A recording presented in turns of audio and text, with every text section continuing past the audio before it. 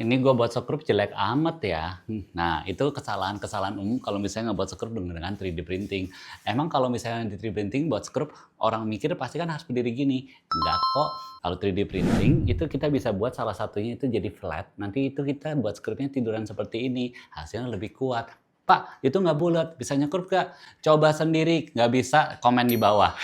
Nah, itu caranya bagaimana membuat skrup di 3D printing. Gambar seperti apa yang saya maksud ratanya tuh di bawah. Nah, oke, tanya tentang 3D scan, 3D print, tanya aja Erik, Master Evolusi 3D.